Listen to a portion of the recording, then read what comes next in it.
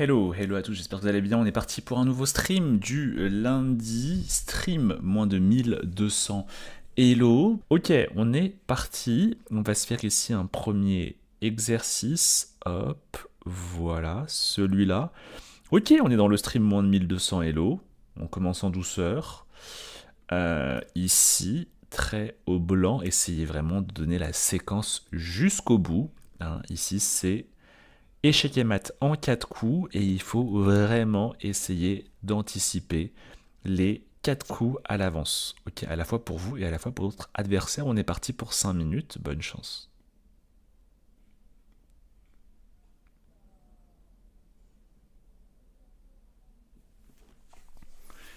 Ok, on va débriefer. Hop, j'enlève le chrono.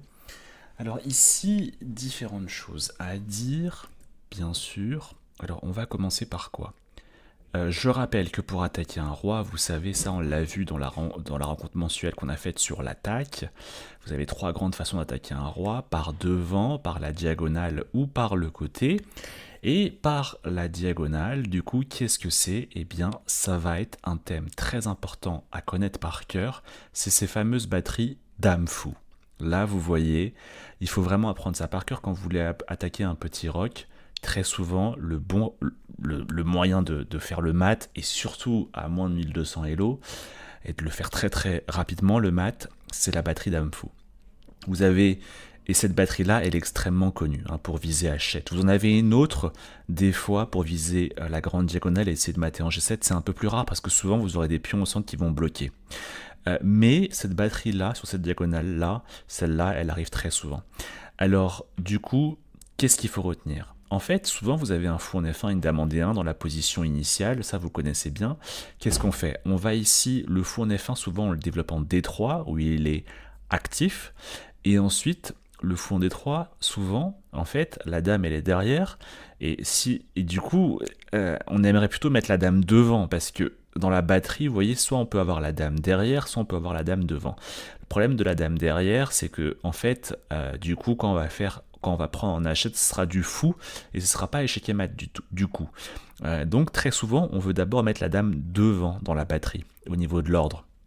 Du coup, très souvent, on fait fou D3, ensuite, le fou, on le recule en C2 ou en B1, et comme ça laisse la case D3 libre. La dame qui est sur la case D1, vous savez, sur la position initiale aux échecs. Donc ça laisse la case de libre pour la dame qui passe devant. Hop, et du coup, vous avez désormais la batterie qui est en place, avec la dame qui est devant le fou. C'est parfait. L'autre élément qui va être très important à vérifier, c'est que souvent, le problème, c'est qu'on ne pourra pas faire dame prend hachette échec et mat. Pourquoi? Parce que très souvent aux échecs, il y a un cahier en G8 dans la position initiale et il se développe en F6. Et quand il se développe en F6, le problème c'est que il contrôle la case hachette. Hein, et donc quand on fait dame prend hachette, malheureusement il y a cavalier prend hachette et on perd une dame. Donc très souvent il faudra vérifier, quand vous mettez en place cette batterie pour attaquer un petit roc, qu'il n'y a pas de cavalier en F6 pour empêcher le dame prend hachette. Si jamais il y a un cavalier en F6, très souvent une bonne idée à faire, c'est de faire E4, E5 pour essayer de virer ce cavalier F6. Ok? Et quand il est viré, après vous pouvez avoir dame prend hachette échec et mat. L'autre astuce qu'il faut connaître, c'est que souvent quand il y a un cavalier en F6, vous pouvez jouer votre fou il est en C1 dans la position initiale aux échecs, donc souvent vous avez des fous G5 pour clouer le cavalier F6, peut-être l'échanger en F6, comme ça vous supprimez ce défenseur, et après vous pouvez faire dame prend hachette échec et mat. Ok? Alors, l'autre moyen pour se défendre pour les noirs, tout ce que je dis là, c'est extrêmement thématique, c'est des schémas d'attaque qu'il faut vraiment intérioriser au fur et à mesure que vous jouez aux échecs, que vous vous entraînez, parce que c'est vraiment le B à bas pour attaquer un petit roc. Hein.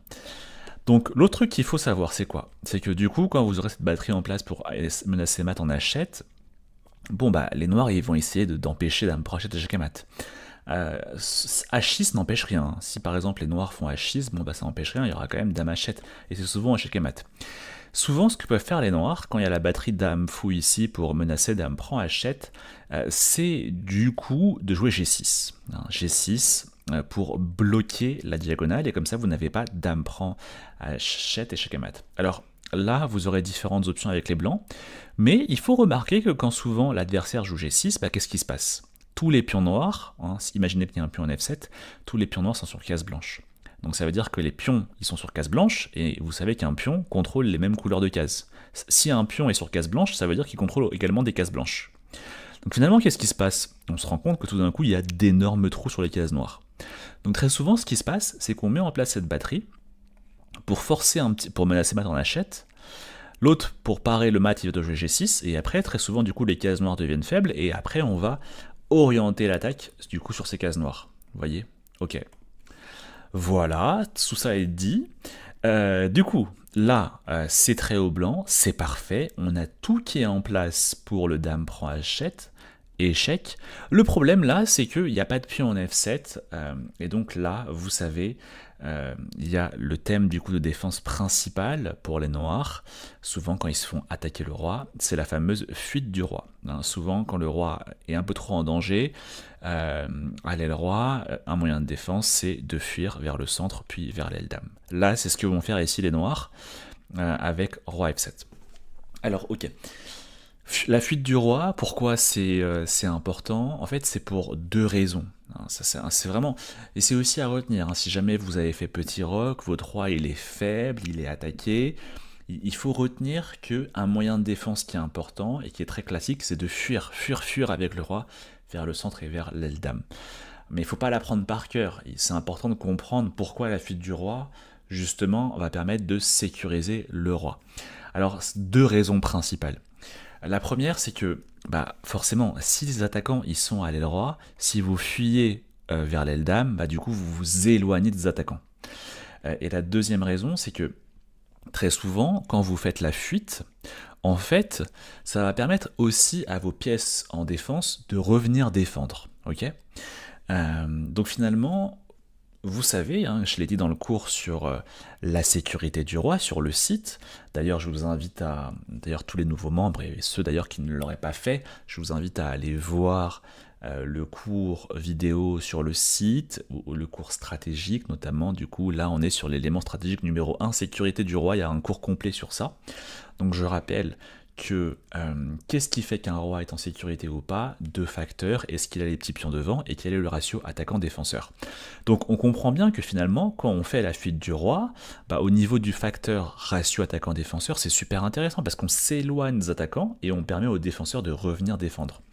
Alors ça peut paraître surprenant parce qu'on se dit, comment ça se fait qu'en fuyant, ça permet aux défenseurs de venir défendre? Là, on va le voir concrètement dans cet exemple. Là, vous voyez, les noirs font la fuite. Bon. Et après cette fuite, qu'est-ce qu'on fait? Ici, pour continuer les échecs, on a différents choix. On peut jouer fou G6 échec, on peut aussi jouer dame G6, vous voyez. Dame G6 échec. Le problème de dame G6, c'est que roi E7. Et ensuite, quand vous faites ici dame prend G7 échec, le problème c'est quoi? C'est qu'il y a tour F7, vous voyez. Et tout d'un coup, la tour s'interpose, et finalement, le roi n'est plus en danger. Là, on voit typiquement un élément qui est très intéressant. C'est-à-dire que quand on fait la fuite du roi, finalement, après, nos pièces, elles vont pouvoir aussi venir s'interposer, vu que le roi est passé de l'autre côté. Alors que quand l'attaque, elle a lieu à l'aile roi, les pièces de défense, elles sont totalement hors jeu, elles sont au centre, elles ne peuvent pas venir s'interposer et défendre. Alors que quand vous voyez, quand le roi commence à fuir, hop, la tour maintenant s'interpose, parce que le roi est passé de l'autre côté. Donc on voit bien comment, en fuyant, on permet finalement aux pièces centrales de devenir des défenseurs, ce qui n'était pas le cas auparavant lorsque les pièces, lorsque le roi était à l'aile roi. Ok? Donc c'est pour cela que les blancs, c'était super important d'anticiper que, si vous prenez comme ça, la tour va revenir à défendre, ok? Donc il faut ici jouer fou G6 échec. Et vous allez voir que ça va être très important parce que justement on va ensuite empêcher cette tour de s'interposer en F7. Alors là, pour les noirs, il n'y a que deux coups. Non, il n'y a qu'un coup d'ailleurs, c'est roi E7. Parce que le fou G6, il est défendu par la dame. Ok, donc seul coup, roi E7. Et maintenant, dame prend G7 échec. Et là, vous voyez, le seul coup pour les noirs, c'est quoi? C'est tour F7. Tous les autres coups sont impossibles. Le roi sera en échec. Et on voit bien ici l'intérêt de fou G6, c'est que on contrôle la case F7, et donc maintenant on peut faire dame prend F7 échec et mat. Ce qui n'était pas le cas quand le fou était en C2. Donc, ce qui est aussi intéressant dans ça, c'est quoi? c'est que finalement, on joue fou G6 pour deux raisons, et c'est un thème qui est très important à retenir en attaque. Il faut apprendre un peu cette phrase par cœur. C'est que euh, pour devenir un bon attaquant, attaque de roi, je parle, il y a un état d'esprit qui est super important à retenir. Hein, c'est celui de se dire il faut que je ramène davantage d'attaquants et il faut que j'empêche le défenseur de revenir défendre. Fou G6 remplit cette double fonction. Quand je joue Fou G6, je viens ramener un attaquant supplémentaire et quand je prends en G7, grâce au Fou G6 qui contrôle super bien la case F7, eh bien j'empêche cette tour de revenir en défense. Hein. Donc double fonction. Je ramène des pièces dans l'attaque et j'empêche les défenseurs de revenir défendre à temps. Ok. Voilà, donc on voit ici finalement comment avec ce petit exercice on passe en revue finalement des thèmes super importants de l'attaque. Après, j'aurais aussi pu dire de façon bête et méchante que si on travaille, si on regarde les coups forcés, ici mat en 4, on fait la suite d'échecs, et bien on trouve ici l'échec et mat. On peut aussi le dire comme ça. Après, on peut aussi l'expliquer d'un point de vue plus stratégique comme je l'ai fait, vous voyez. Ok, j'ai eu différentes questions. Ah, j'ai Pascal qui a dit, oui, tu vois, Julien, si t'avais pas dit que c'était maths en 4, bah j'aurais pas su. Non, j'aurais pas trouvé aussi rapidement. Bon, bah c'est toujours un dilemme pédagogique, hein, c'est-à-dire que quand je donne pas le thème, on se rapproche des situations de compétition. Quand je donne le thème, ça permet aussi finalement de travailler quelque chose de spécifique que vous n'auriez pas forcément envisagé sans le thème. Donc c'est toujours un petit peu un débat. Chessisto qui me dit peut-être on a eu la position similaire récemment. Peut-être c'est possible, peut-être dans un cahier d'exercice, mais on essaye de corriger le tir hein, pour que vraiment ça se reproduise pas. Enfin, qu'on n'ait pas les mêmes exercices entre cahier d'exercice et stream d'entraînement. Ok, je pense qu'on est bon. IA qui me dit j'aimerais bien jouer contre toi, j'ai 7 ans. Ouais, je joue le tournoi tous les jeudis, hein, donc pour me jouer, on peut me jouer sur le tournoi du jeudi, le tournoi de Blitz du jeudi à 19h. Ok, passons du coup à l'exercice suivant, exercice stratégique pour changer. Hop, ici, trait au blanc, exercice stratégique. Euh, donc, essayez de je vous rappelle de faire peut-être un petit bilan stratégique. Hein, pour ceux qui ne sont pas à l'aise avec ça, je rappelle, hein, il faut aller voir vraiment le cours vidéo sur la stratégie. C'est très important. J'ai remarqué que finalement beaucoup de membres n'avaient même pas regardé les cours vidéo sur le site. Ils sont très importants parce que c'est vraiment mon programme d'entraînement, ma façon d'enseigner les échecs de façon extrêmement structurée, sous la forme d'un programme. Donc, dans ce cours stratégique, j'explique c'est quoi un bilan stratégique. Donc là, je vous invite à en faire un peu rapidement. Le bilan stratégique, c'est pas quelque chose qu'il faut faire de façon académique. Hein. Il faut pas le faire en se disant bon bah super, j'ai fait le bilan stratégique, donc j'ai bonne conscience, j'ai suivi ce qu'on m'a dit de faire. Le bilan stratégique vous permet juste de comprendre un petit peu de quoi il en est dans la position et vous permet d'en déduire la marche à suivre. Logique, hein, un diagnostic permet de déduire la marche à suivre. Donc ici, vous savez, dans n'importe quelle position d'échec, on a 5 éléments stratégiques: sécurité du roi, matériel, structure de pion, espace, activité des pièces. Ici, faites un petit panorama hein, au niveau de 5 éléments stratégiques, qui est mieux, qui est moins bien, pour quelles raisons. Quand on sait finalement quelle est la situation stratégique, après on peut en déduire une marche à suivre. Tiens, je vais jouer ce coup, parce que je remarque que je suis pas très bon sur ces éléments-là, je suis mieux sur ces éléments-là, et si je joue ce coup, ça va me permettre d'améliorer ma situation sur tel ou tel élément stratégique. Donc ici, ce que je vous demande, c'est faire un petit bilan stratégique, en déduire une marche à suivre, un plan, qui va ensuite permettre et d'expliquer dans la solution que vous proposez pourquoi ce plan va permettre d'améliorer votre situation stratégique et sur quel élément stratégique et en quoi ça va permettre éventuellement de détériorer la situation stratégique de l'adversaire et encore une fois sur quel élément stratégique précisément. Ok, on est parti pour 5 minutes, bon courage, très au blanc.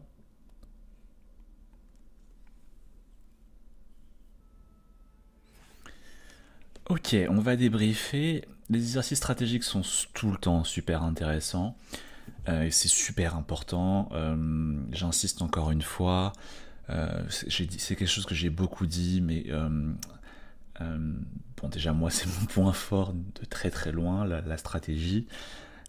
C'est vraiment quelque chose qui est un peu ma marque de fabrique, on va dire, si je devais me comparer à d'autres joueurs de mon niveau, enfin bref.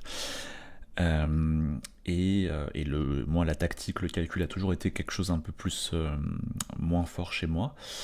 Et voilà, donc j'insiste, la stratégie c'est très important et ne vous laissez pas duper, hein, entre guillemets, par les rapports de partie sur Lichess ou sur Chess.com. Ces rapports de partie, elles mettent beaucoup l'accent sur vos erreurs tactiques, mais c'est parce qu'en fait, les rapports de partie ne sont pas encore en mesure de bien identifier les erreurs stratégiques. Donc, c'est pas parce qu'il y a écrit gaffe, gaffe, gaffe, que du coup, dans votre problème, il n'y a que des problèmes tactiques. C'est juste que en fait, c'est ce qui est le plus visible et c'est ce qui est le plus simple à repérer par un algorithme. Mais tous ces moments où vous perdez beaucoup d'avantages alors que vous n'avez pas perdu de pièces, hein, c'est très souvent parce que vous avez fait des erreurs stratégiques. Donc, c'est vraiment quelque chose de très important. J'ai eu beaucoup ici de propositions, et c'est aussi ça qui est très intéressant avec la stratégie, c'est que euh, c'est quelque chose c'est un petit peu comme les discussions au café du coin, c'est-à-dire que tout le monde a son avis, et c'est dur d'avoir une vérité. Et c'est vraiment l'inverse avec la tactique, hein. La tactique, le calcul, et souvent il n'y a qu'une solution, et c'est celle-là et pas autrement. Il n'y a pas à discuter, quoi. Bon, c'est aussi ça qui est bien avec la stratégie, c'est que du coup, c'est un peu plus conceptuel, ça prête un peu plus à débat. Euh, En général, il y a aussi plusieurs solutions, c'est possible, hein. D'ailleurs, on va le voir ici, j'ai vu des propositions qui étaient très intéressantes, et il y en a plusieurs qui me semblent vraiment tout à fait jouables. Euh, et du coup, on va débriefer un peu tout ça. Comme ça, vous allez voir aussi un petit peu comment moi je réfléchis d'un point de vue stratégique. Ok. Alors, je vais passer en revue toutes les propositions parce qu'elles sont toutes extrêmement intéressantes. Ok. J'ai vu une première proposition qui m'a beaucoup surpris. A4 proposé par exemple par Capta pour me dire, pour fixer le pion sur A4 pour attendre. Alors, le problème Capta, c'est encore une fois, euh, quand vous jouez un coup, il faut toujours rattacher ça à un objectif stratégique que vous voulez atteindre. Donc c'est super simple. Quand on joue un coup, si vous n'êtes pas au clair sur ce coup, en quoi il va aider la sécurité de votre roi, le gain matériel, votre structure de pion, votre espace ou l'activité de vos pièces, si vous n'êtes pas au clair sur en quoi votre coup va aider ces 5 éléments, bah ça veut dire que finalement vous jouez pas stratégiquement, hein. Donc ça va pas. Par exemple, là, à 4, donc si l'objectif c'est d'attendre, bah ok, mais pourquoi attendre? Et à 4, en quoi ça améliore notre situation stratégique et sur quel élément stratégique? Pas clair. Ok. Chessisto ici qui propose Dame C3, c'est intéressant. Ici on parle de la batterie Dame Fou, donc cette fameuse batterie dont on a parlé dans l'exercice précédent, pour essayer de mater en G7. Et ça, très intéressant, c'est que, et c'est super dur à faire, c'est que quand vous réfléchissez d'un point de vue stratégique, vous ne devez aussi jamais oublier la tactique. L'un a toujours besoin de l'autre, sinon sinon on joue mal en fait. Si vous jouez tactiquement, euh, mais que stratégiquement ce que vous faites est pas bon, bah en gros ça consiste à faire des pièges un petit peu à 2 balles, et dès que l'autre évite, bah finalement votre coup, bah, et stratégiquement il n'a pas aidé à l'amélioration de votre position. Donc là on voit un exemple où si on joue juste tactiquement mais sans avoir derrière quand même un outil stratégique en tête, bah, très souvent ça mène pas très loin sur le long terme. A l'inverse, si on joue stratégiquement et qu'on vérifie pas la tactique, bah là c'est typiquement ce qui se passe, hein. Ça, c'est volonté de créer la batterie, peut-être pour affaiblir le roi noir, commencer à l'attaquer. Oups, gaffe, tour prend C3. Donc il faut jamais oublier, hein, c'est toujours les deux ensemble. C'est quand je réfléchis stratégiquement, il faut que je fasse attention parce que comme la stratégie c'est conceptuel, comme c'est des phrases, et ben je peux très vite la partie de mon cerveau qui s'occupe du calcul et de la tactique, elle peut très vite s'éteindre. Donc quand on réfléchit stratégiquement, il faut jamais oublier quand même de garder la partie du cerveau sur la tactique et le calcul active. Et quand on réfléchit tactiquement, et qu'on commence à calculer des lignes très complexes, à se dire tiens, je fais échec, il fait prise, je fais prise, il fait échec, ah tiens, la fourchette, ah tiens, ici, découverte, il faut jamais oublier que des fois, peut-être il faut faire un petit pas de côté et se dire attends, mais au juste, si ma fourchette elle marche pas, peut-être que j'ai juste détérioré ma structure de pion, que mon roi il devient faible et que finalement, bah est-ce que finalement cette tactique elle est très intéressante. Vous voyez, des fois il faut faire ce petit pas de recul et pour avoir cette vue d'ensemble et de se dire ah mais en fait stratégiquement ce que je fais ça va pas du tout. Vous voyez. Donc ça c'est une remarque assez importante par rapport à Dame C3. J'ai Pierre ici qui propose on profite de notre avantage sur case blanche pour gagner la colonne ouverte par fou B7 puis tour C1. Ok. Là encore une fois, c'est super intéressant parce qu'on est encore une fois, tu vois Pierre, dans cette frontière entre stratégie et tactique. Là, tu vois Pierre, ta réflexion, elle est trop stratégique. Tactiquement, parce que regarde, là tu me dis je veux jouer fou B7 pour attaquer cette tour, comme ça la tour elle s'en va, et après moi je prends la colonne ouverte avec tour C1. Bah là j'ai envie de te dire, ok je joue tour C2, j'attaque le fou. Et si tu joues tour C1, tour prend B2, et t'as perdu une pièce. Donc là on voit bien qu'il y a une ambition stratégique, j'aimerais prendre la colonne ouverte, mais que cette ambition stratégique, elle se confronte à quelque chose de très concret. Quand je joue fou B7, la tour arrive en C2 et elle attaque le fou B2. Bah, du coup, il faut vérifier si ce problème tactique, bah, finalement, ne vient pas remettre en cause notre stratégie. Vous voyez. Donc c'est super important, c'est ces fameuses discussions qu'on a dans beaucoup de domaines, hein, que ce soit par exemple les affaires ou même, je sais pas moi, l'architecture, j'imagine. Peut-être en architecture, il doit y avoir aussi cette problématique, quand vous avez quelque chose que vous voulez faire, mais finalement c'est pas implémentable. C'est pareil aussi pour les stratégies d'entreprise. Donc, vous avez une ambition stratégique, ok, je vais prendre la colonne, mais ça se trouve ça marche pas, ça se trouve c'est pas implémentable, parce qu'il y a tour C2, le fou est attaqué, et ça se trouve, bah, vous n'avez pas le temps de jouer tour C1, parce que le fou, vous le perdez. Et ça se trouve, si vous bougez le fou, par exemple en A1, et bah ça se trouve, bah du coup, mince, je bouge le fou en A1, maintenant il est défendu, mais du coup, il contrôle plus la case C1, donc je peux plus jouer tour C1, parce que du coup, il y aurait juste tour prend C1. Vous voyez, là j'ai vraiment l'impression que la stratégie est peut-être intéressante, mais malheureusement l'implémentation est impossible. Donc n'oubliez jamais ça. On voit encore là un élément très important de attention, une stratégie, peut-être qu'elle est belle sur le papier, mais des fois quand on veut l'implémenter, il y a un problème tactique. Et du coup la stratégie n'est plus bonne. C'est super important ça. Hein. Ok, donc ça c'est un élément important par rapport à ce point. Pierre. Ensuite, j'ai Julien qui dit « Je vois la case achète qui est intéressante pour une batterie dame fou ». Super intéressant Julien, donc c'est exactement l'exercice qu'on a fait précédemment, donc cette fameuse batterie dame fou pour attaquer en achète, essayer de mater, donc là c'est top, tu essaies d'appliquer ça, de mettre en place la batterie dame fou, comme je l'ai dit, c'est super important l'ordre. Donc là, par exemple, si on fait dame D3, bon bah, on a la batterie, mais c'est dans le mauvais ordre. Donc si par exemple, on commence à faire fou hachette, bon bah, c'est juste un simple échec. Ça fait pas du tout échec et mat. Donc, Julien ici qui propose par exemple de mettre le fou en D3 ou en B1 pour peut-être ensuite mettre la dame en E4 et ainsi pouvoir essayer de mater en hachette. Bon, déjà là, on peut discuter bien sûr, mais déjà là le plan, moi je trouve que stratégiquement il est intéressant. Il est intéressant, il est dangereux, en pratique ça peut vraiment poser des problèmes à un humain, ok ? Donc pas de souci, moi je trouve que le plan est intéressant. Alors, ce qui me dérange peut-être un peu plus, c'est que peut-être que les noirs vont du coup essayer le fameux élément dont j'ai parlé tout à l'heure, c'est-à-dire que vous savez, pour défendre un roc face à une batterie dame fou qui menace de rentrer en hachette, très souvent on peut ramener un cavalier en F6. Et là j'ai l'impression que le cavalier en B8 il peut débarquer en F6 juste à temps. Regardons, K et D7. Dame E4, cavalier F6, j'attaque la dame, je défends hachette, donc il n'y a pas dame hachette. Donc la dame doit reculer. Finalement là, si on compare la situation avant et après, qu'est-ce qui s'est passé ? Si on compare avant et après, vous voyez, on a avant, après. Donc là, pour moi, c'est un échec. c'est un échec très clairement. L'idée stratégiquement elle était intéressante, mais finalement le cavalier vient redéfendre à temps en F6, la dame doit revenir sur sa case initiale, et on voit bien quand on fait l'avant-après que finalement on n'est parvenu à rien avec les blancs, nos pièces n'ont pas bougé, et on a juste aidé les noirs à améliorer le positionnement de leur cavalier qui tout d'un coup est désormais en F6, beaucoup plus actif que en B8. Donc là, ça va pas. Donc à noter, c'est souvent comme ça hein, qu'on réfléchit hein, d'un point de vue stratégique, c'est-à-dire qu'on a une ambition stratégique, on veut la faire marcher.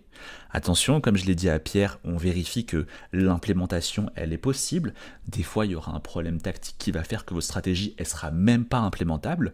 Mais si jamais elle est implémentable, ce qui est le cas ici pour Julien, et ben après, on compare l'avant-après.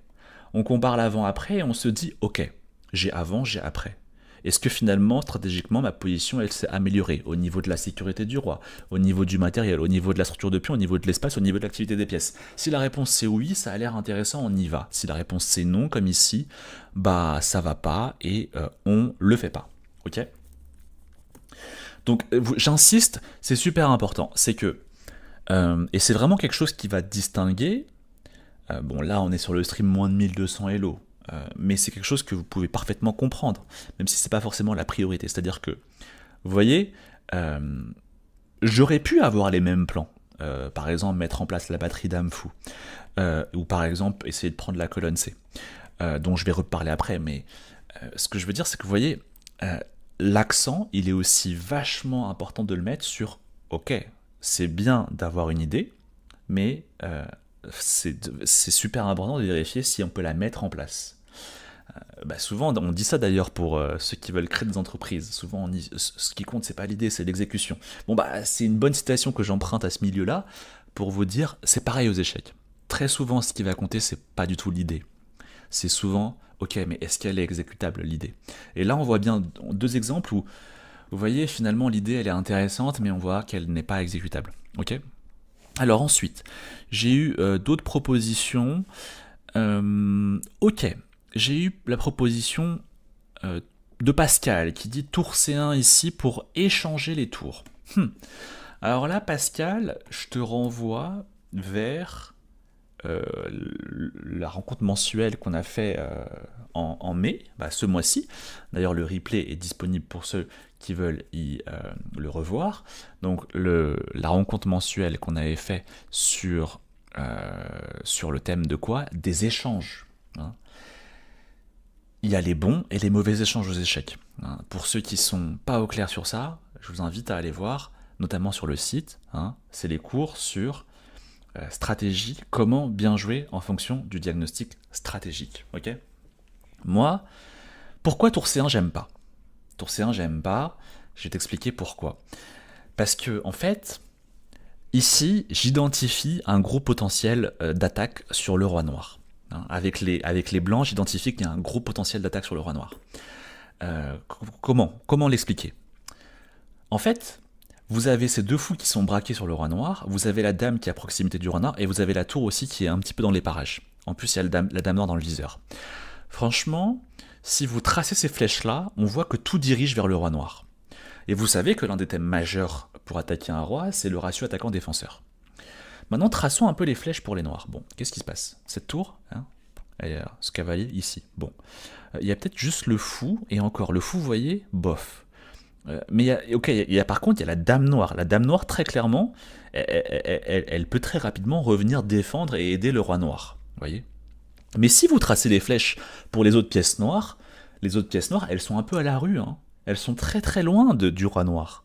Donc finalement, si on trace les pièces qui peuvent attaquer le roi noir, hein, potentiellement, et finalement les pièces qui peuvent défendre le roi noir, on sent qu'il y a un déséquilibre. On sent qu'il y a beaucoup plus d'attaquants que de défenseurs.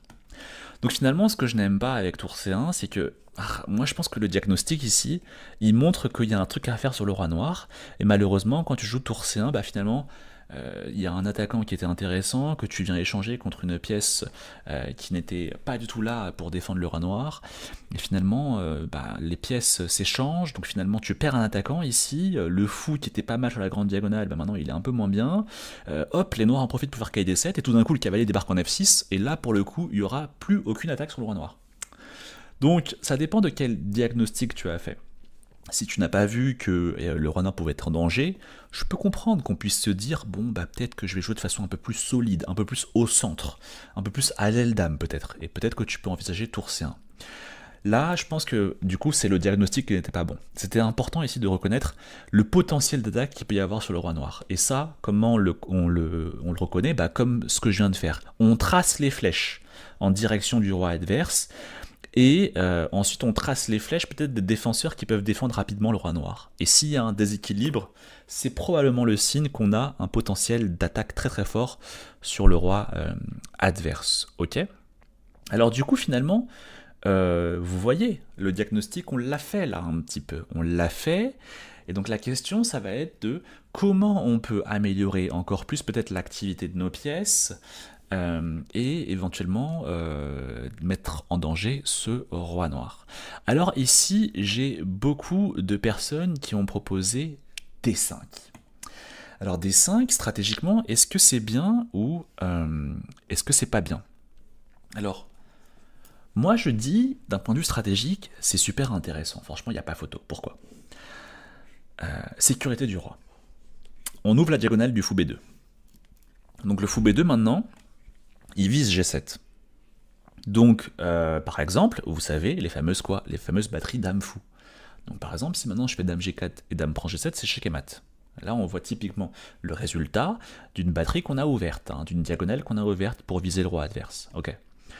Ensuite, au niveau, voilà, donc finalement on affaiblit la sécurité du roi, l'élément stratégique numéro 1 pour les noirs. Ensuite, au niveau du matériel, bon, il n'y a pas de changement. Au niveau de la structure de pion, c'est intéressant. C'est intéressant pourquoi? Parce que ici, on a quand même un pion D4 qui est un peu faible, entre guillemets, d'un point de vue théorique. Pourquoi? Parce que, en fait, c'est un pion isolé. C'est un pion isolé, parce que il n'y a pas de pion sur les colonnes adjacentes, il n'y a pas de pion blanc sur les colonnes C et E, donc il n'y a personne pour venir défendre éventuellement ce pion, donc d'où le fait qu'on l'appelle pion isolé. Bon, finalement, si on joue D5, potentiellement on va aller changer contre le pion E6. Et le pion E6, lui, c'est pas un pion isolé. Donc finalement, on va se débarrasser d'un pion faible contre un pion qui n'est pas faible chez les noirs. Donc finalement, on est vachement content parce que ça veut dire que on va se débarrasser d'une faiblesse, d'un pion isolé. Donc d'un point de vue structure de pion, c'est aussi vachement intéressant. Ensuite, dernier point, activité des pièces. Espace, ça change pas trop. Espace, au niveau de l'espace, il n'y a pas beaucoup de changements. Ok. Donc on va passer à l'activité des pièces. Donc l'activité des pièces. Là, il n'y a pas photo, je trouve. C'est flagrant. Pourquoi? Comme je l'ai dit auparavant, ce fou, très mauvais. Un fou qui tape sur vos propres pions et dont la mobilité est bloquée par vos propres pions, c'est un très mauvais fou. Parce que les pièces, elles sont censées avoir un rôle offensif. Je le rappelle, aux échecs, les rôles défensifs, de préférence, on les fait occuper par des pions. Si vous devez défendre quelque chose aux échecs, c'est possible, des fois on a un pion faible, des fois on a une case qui est importante qu'il faut contrôler. En général, ce genre de rôle défensif, on les fait occuper par des pions. Et les rôles offensifs, on les fait occuper par les pièces. C'est logique, pourquoi? C'est juste une bonne allocation des ressources. Les pions, ils ont peu de valeur, donc c'est eux qui doivent défendre. Nos pièces, et plus la pièce a de valeur, plus elle doit avoir un rôle offensif. Parce que vous comprenez bien que si par exemple votre dame, la dame c'est la pièce la plus puissante du jeu, la dame elle vaut 10 points. Si votre dame, son seul rôle dans la vie c'est de défendre un pion, qui est faible, c'est une très mauvaise allocation des ressources. C'est comme si vous utilisez un bazooka pour quelque chose qui ne nécessite pas un bazooka, vous voyez. Donc voilà, ça vous avez compris, je sais même plus pourquoi je disais ça. Oui, donc c'était pour expliquer le fait que un fou n'est pas censé défendre toute une partie, un pion qui est faible. C'est censé quand même avoir un rôle un peu plus offensif, ok? Donc finalement, on se débarrasse de cette faiblesse, on ouvre la diagonale du fou, et vraiment le fou a un rôle beaucoup plus offensif. Il tape sur G7, vous voyez? Éventuellement, Dame G4, Dame prend G7 mat, c'est la batterie dont on a parlé. Ok. Ensuite, autre point, activité des pièces. La tour E1. Vous savez qu'une tour, qu'est-ce qu'elle veut une tour? Elle veut une colonne ouverte. Eh bien, elle veut une colonne ouverte. Pourquoi? Parce que quand elle a une colonne ouverte, et ben finalement, son rayon d'action, il va jusqu'au bout de l'échiquier. Et ensuite, vous savez qu'une tour, son but très souvent, c'est quoi? C'est de rentrer en 8e rangée ou 7e rangée adverse. Et c'est souvent pour deux raisons. La 8e rangée, en fait, elle vous permet de passer derrière les pions adverses. Donc vous passez quand même derrière la moitié de l'armée adverse. Et comme les pions ne peuvent pas reculer, bah finalement les pions ne peuvent jamais avoir un contrôle sur la dernière rangée. Donc finalement, c'est un moyen de passer, de dépasser une énorme partie de la défense du camp adverse, et du coup de pouvoir directement comme ça attaquer le roi adverse, qui est très souvent lui-même situé sur la dernière rangée. Donc ça, c'est la raison pour laquelle très souvent les tours veulent une colonne ouverte, et ensuite rentrer en 8e rangée pour attaquer le roi adverse. Et sinon, la 7e rangée, parce que c'est aussi souvent un bon moyen d'attaquer le roi adverse, parce que le problème très souvent quand on attaque par devant, c'est que en fait les pions avancent et finalement ils forment des chaînes de pions qui gênent les attaquants. Donc très souvent, voilà, on passe par le côté parce qu'en fait, par le côté, les pions, ils sont beaucoup plus fragiles. Parce qu'ils ne peuvent pas facilement se défendre mutuellement et former des chaînes, vous voyez. Et souvent aussi, les pions en 7e rangée, ils sont alignés. Donc finalement, quand on les attaque comme ça, par le côté, en fait, comme ils sont alignés, s'il y en a un qui bouge, c'est le deuxième qui tombe. Et si le deuxième il tombe, si le deuxième il bouge, le troisième il tombe. Parce qu'ils sont tous alignés, vous voyez. Ok. Et sinon, c'est aussi pour attaquer le roi adverse. Donc vous voyez, c'est super important d'avoir une colonne ouverte, parce que finalement, après, on peut commencer à atteindre ces objectifs stratégiques très importants, la 7e rangée et la 8e rangée. Si bien sûr la colonne elle n'est pas ouverte, comme ici parce qu'il y a un pion E6, finalement on est bloqué et on ne peut pas rentrer en 7e ou 8e rangée adverse. Donc finalement en jouant des 5, on va potentiellement échanger ces pions et donc ouvrir la colonne pour la tour E1. Donc ça c'est magnifique au niveau de l'activité, vous voyez. Donc finalement d'un point de vue stratégique, il n'y a pas photo, D5, parce que on affaiblit le roi noir, parce que le fou maintenant tape sur G7, on améliore l'activité de nos pièces, le fou B2 a une grande diagonale ouverte maintenant, il n'est pas bloqué par le pion D4, la tour E1 potentiellement va avoir sa colonne E qui va s'ouvrir, et enfin on se débarrasse d'un pion isolé, qui était un peu une faiblesse, vous voyez. Donc finalement, stratégiquement, vous voyez, si on fait l'avant-après, il n'y a pas photo. Ok. Voilà, et après, il y en a qui me disent dans le chat, oui, mais D5, le problème, c'est E5. Et en fait, peut-être que finalement, on n'est pas trop parvenu à atteindre nos objectifs. Alors c'est là où c'est super important, vous voyez, de faire ce va-et-vient, ce ping-pong entre stratégie et tactique. Parce que vous voyez, là, pour jouer des 5, vous avez vu tout ce qu'il a fallu comprendre d'un point de vue stratégique, et on peut très vite se dire, bon attends, mais peut-être que des 5 qui jouent E5, et finalement E5 qui reprend le centre, et finalement je n'ai pas ouvert la colonne pour ma tour, et puis finalement avec E5, le fou B2 il est bloqué, donc est-ce que j'ai vraiment atteint mes objectifs stratégiques, blablabla, blablabla. Et quand le cerveau il commence à être dans une réflexion stratégique, il a beaucoup de mal à penser à autre chose. Et à voir notamment les tactiques. En fait, si là je vous avais donné l'exercice tactique en vous disant bon là c'est calcul, tactique, qu'est-ce que vous faites, vous m'auriez probablement tous dit Dame F5. Alors la fameuse batterie Dame Fou, et en fait c'est catastrophique, pourquoi? Parce que j'attaque en plus la tour C8 en même temps. Donc la tour, les noirs vont devoir la défendre, et je vais rentrer en H7, et puis en H8 c'est quasiment échec et mat. Vous voyez? Par exemple, on défend la tour, Dame H7, Dame H8, pardon, échec et mat. Donc vous voyez, encore une fois, on voit cette importance de réussir à basculer facilement stratégie, tactique, tactique, stratégie. Parce qu'en fait, c'est constamment ce qui se passe sur l'échiquier. Ok ? Voilà, j'ai beaucoup parlé. Donc bon, dites-moi si c'était intéressant, et puis aussi là j'ai pas mal parlé, donc en fait le débrief est un peu plus long que d'habitude, mais dites-moi si ça vous dérange ou pas. Voilà, on passe à l'exercice suivant. Ok, ici, trait au blanc. Bah là je donne pas le thème pour changer. Bonne chance à vous, on repart sur 5 minutes.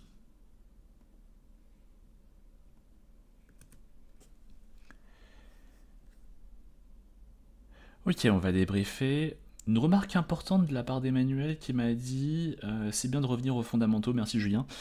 Ouais, c'est bien les fondamentaux, et en fait ce qui est assez incroyable c'est que plus on progresse, même plus c'est important des fois de revenir aux fondamentaux. Le problème de... En fait, souvent ce qui se passe pour les joueurs d'échecs, c'est que plus vous progressez, plus vous êtes en mesure de calculer des lignes qui sont extrêmement complexes, hein. Vous voyez beaucoup de détails tactiques, vous êtes en mesure d'anticiper 5, 6, 7 coups à l'avance, alors qu'auparavant c'était peut-être juste un ou deux coups. Et en fait, du coup, vous avez... en fait, ça vous autorise très souvent à... calculer et voir davantage de choses. Et en fait, le truc, c'est que des fois, on peut du coup commencer à faire des choses et à perdre de vue l'essentiel. Vous voyez? Donc par exemple, se dire...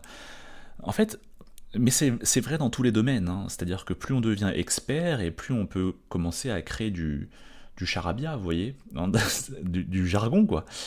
Donc par exemple, on peut se dire, ouais, non, mais tu sais, il y a aussi ce thème des cases minées, des cases fortes, des cases faibles, et puis peut-être que finalement, le fou par rapport au cavalier, le déséquilibre cavalier versus fou, je sais que le déséquilibre c'est important, et finalement, peut-être que je peux jouer ça, puis ça, là, il prend, je prends, il prend, je prends, et vous voyez, finalement, c'est une usine à gaz, et très souvent, les usines à gaz, ça fait jouer des coups qui perdent totalement pied avec la réalité.